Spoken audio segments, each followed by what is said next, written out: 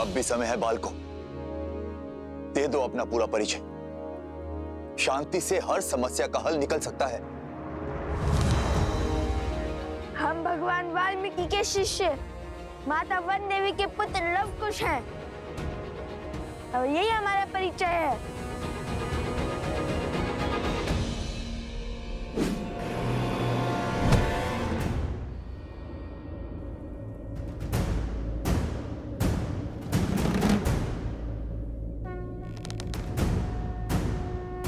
जलजास्त्र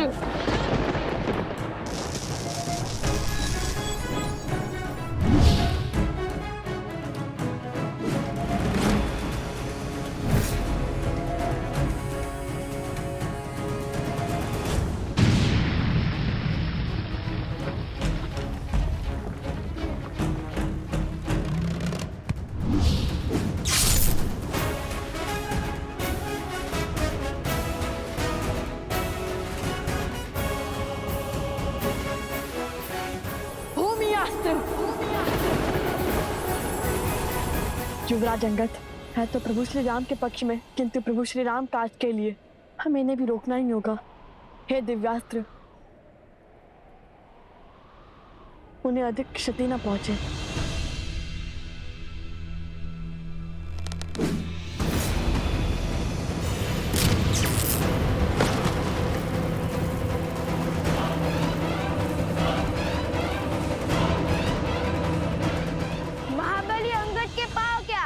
वो स्वयं संतुलन खो बैठे। आपकी बारी आ गई है महाराज विभीषण।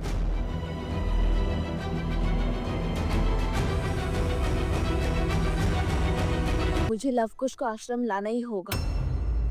आप सब यहीं रुकिए, वो यहीं आसपास ही होंगे। नहीं नहीं वन देवी, मैं आपके साथ चलता हूँ। नहीं अवत्सरा, मैं किसी का जीवन संकट में नहीं डाल सकती। मैं अकेले ही जाऊंगी।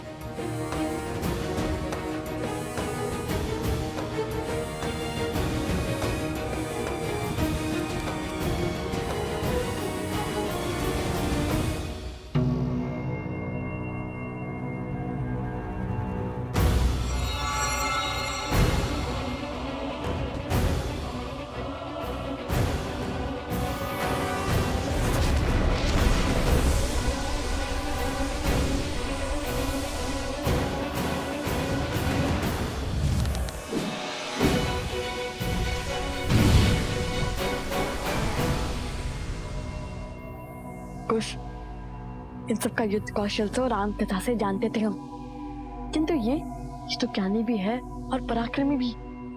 इनके युद्ध कौशल से तो अनभिज्ञ है हम।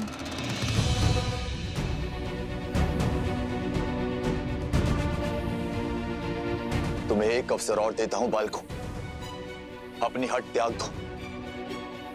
मैं प्रभु श्री राम से तुम पर दया करने का निवेदन करूंगा। इतने शूरवीरों की अवस्था देखकर भी हमें पीछे हटने का आदेश दे रहे हैं आप? निवेदन तो हमारा है। जिस प्रकार अपने भाई के हाथों लंका से निष्कासित होने के बाद श्री राम की शरण में आ गए थे आप,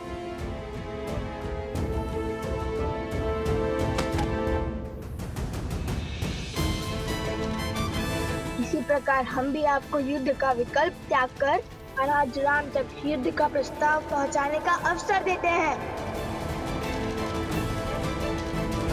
आप तो सबसे ज्ञानी हैं और नारायण के भक्त भी हैं। विवेक से काम लीजिए। जाइए और श्री राम को हमारा संदेश दीजिए।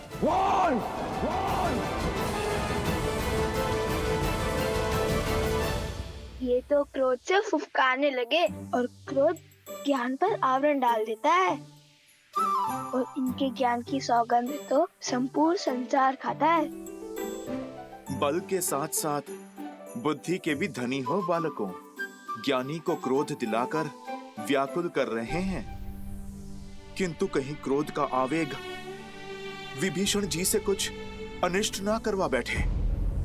बालकों, जब तक मेरे तन में प्राण है प्रभु श्री राम यहां नहीं आएंगे।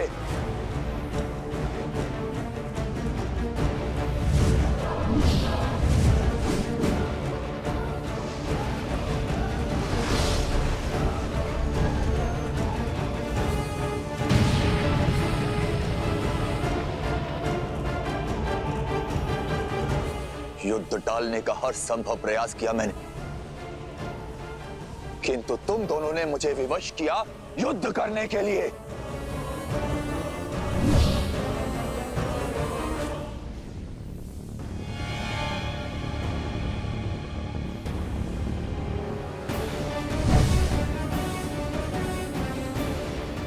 कहाँ गया? दिखाई भी नहीं दे रहा है।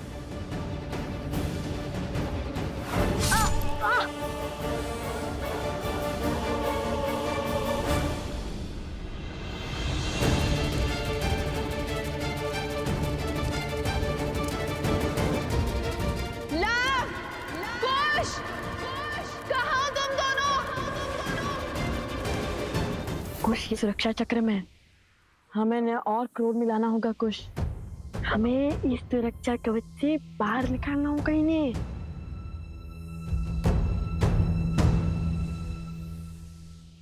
अरे भैया, तनिक सा गाँव ही तो है। मैं ना कहता था महाराज विभीषण के पास इन छोटे मोटे अस्त्रों के अतिरिक्त और कुछ नहीं है। इनके भाई ने भी इसलिए निकाल भार दिया इन्हें। अब महान धनुर्धर श्री राम और लक्ष्मण के समक्ष धनुष उठाने की क्षमता तो इनमें होगी ही नहीं। इन तुच्छ अस्त्रों से कौन सा युद्ध जीतेंगे? यदि इनमें इतना सामर्थ्य होता तो लंकेश इन्हें यूं जाना थोड़ी ना देते। सावधान! वो दंडी बालकों, तुम्हें लगता है मैं धनुष नहीं उठा सकता? ऐसे मेरे नहीं, आप ही के मुख से निकला है महाराज।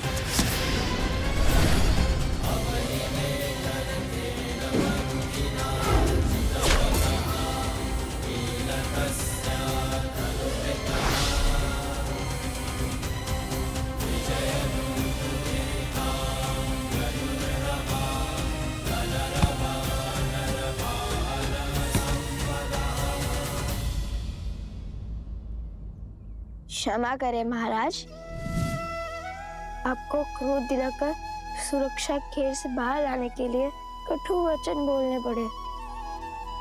अन्यथा हमारे मन में तो आपके लिए केवल सम्मान ही है। आपके मार्गदर्शन के बिना तो रावण का वध करना भी असंभव था।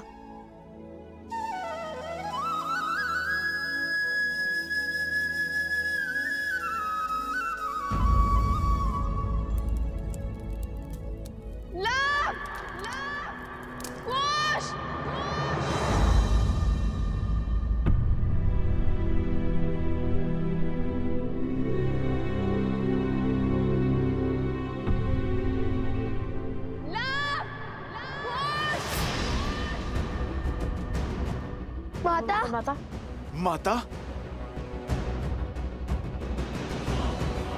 आपकी माता की ध्वनि प्रतीत होती है।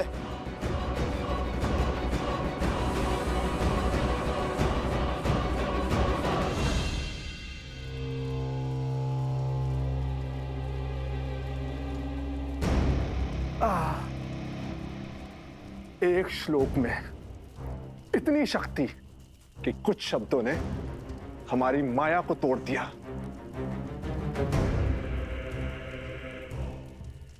कानों से रक्त बहने लगा।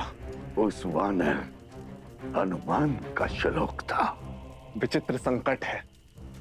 सामने रहे तो गदा से धोता है, दूर रहे तो पूंछ में लपेट लपेट कर मारता है, और अब जब स्वयं बंदी है तो श्लोक से मार दिया।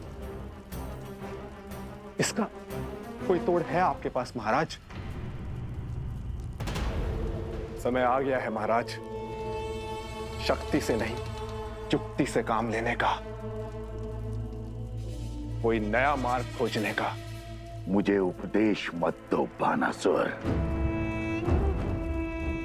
क्या लगता है इन छलिया देवताओं को कब तक सीता की डाल बन के रहेंगे? भूल है ये उनकी भी और तुम्हारी भी। बहुत हुआ लुक्का छुपी का खेल, अब सीता का वध मैं स्वयं करूंगा।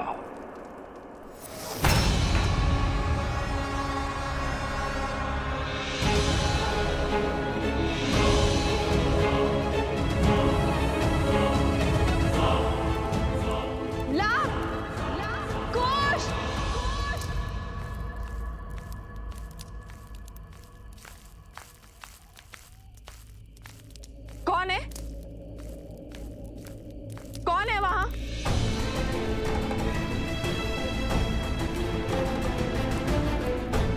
लवकुश,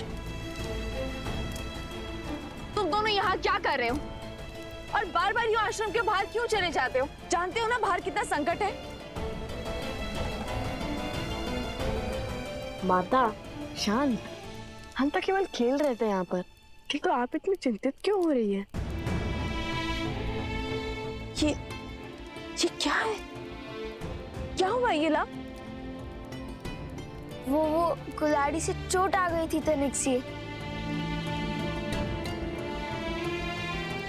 समझ गई, तुम दोनों लकड़ियां काट रहे थे ना?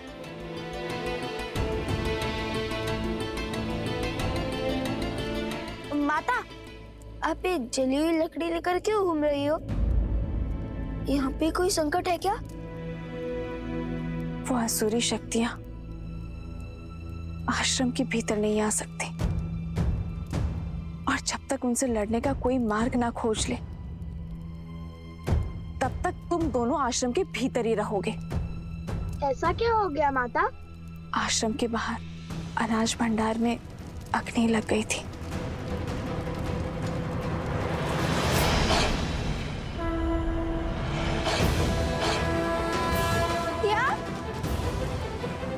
शीघ्र ही भीतर चलिए माता, रात्रि अधिक हो गई है। चलो।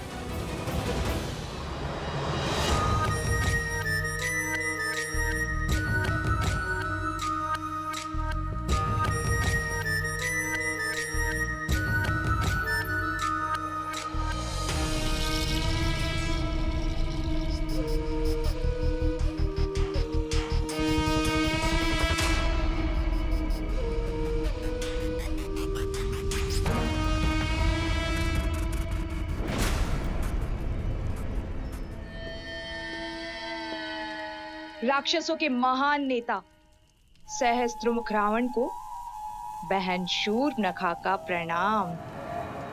आ गई तुम? अवश्य जले पर नमक छिड़कने आई हो। तो क्या करूं? और कोई मार्ग है असुरों के सोए हुए पुरुषार्थ को जगाने का? अपने पुत्र की मृत्यु के अश्रु अभी थमे तक नहीं थे कि भैया की मृत्यु का दृश्य देखना पड़ा, और उसके पश्चात राक्षसों का संपूर्ण साम्राज्य समाप्त हो गया।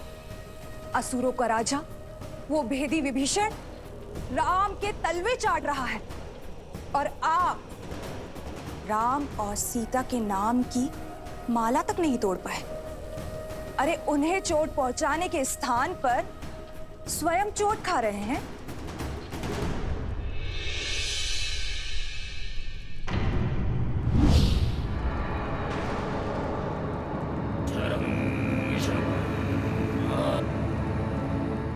यदि मुझ पर कटाक्ष करके मन भर गया हो तो जाओ यहां से। मैं तो चली जाऊंगी, परंतु राम सीता के हाथों आपकी पराजय जो समीप आ रही है उसका आप क्या करेंगे भैया? न राम सीता का कुछ बिगड़ा, न राम राज्य का और न लवकुश का, और उस हनुमान की पूंछ का एक बाल तक आप हिला नहीं पाए। भैया, आपसे जो सीखा है पुनः वही आपको सिखा रही हूं। ये समय अस्त्र उठाने का नहीं, बल्कि धैर्य रखने का है।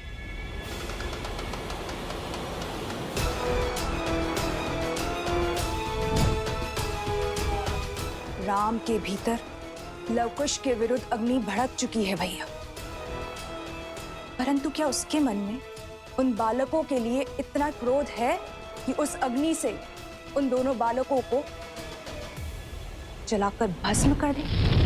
श्री राम श्री राम श्री राम श्री राम श्री राम श्री राम श्री राम श्री राम।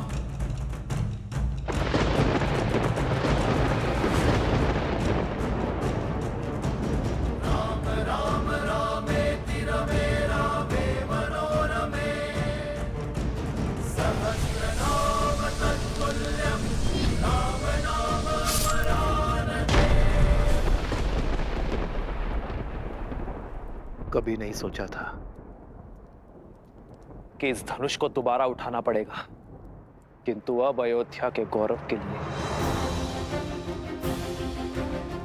इस धनुष को उठाना अति आवश्यक है।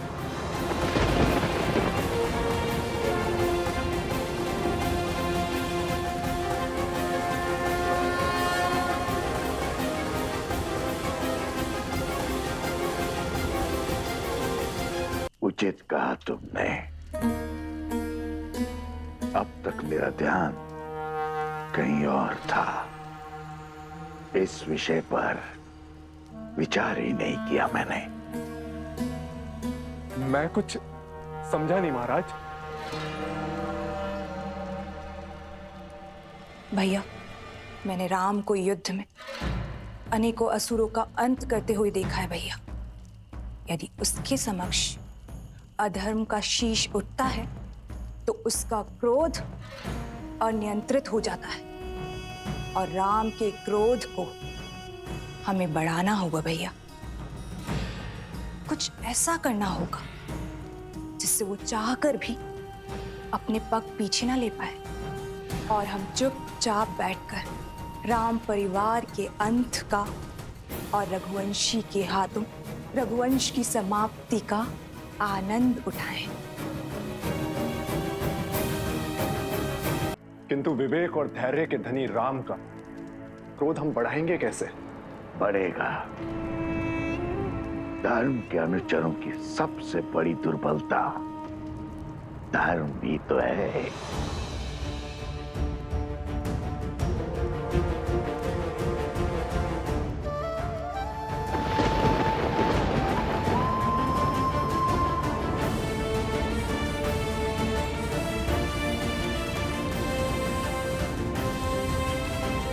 आओ राम, आओ, स्वागत है तुम्हारा।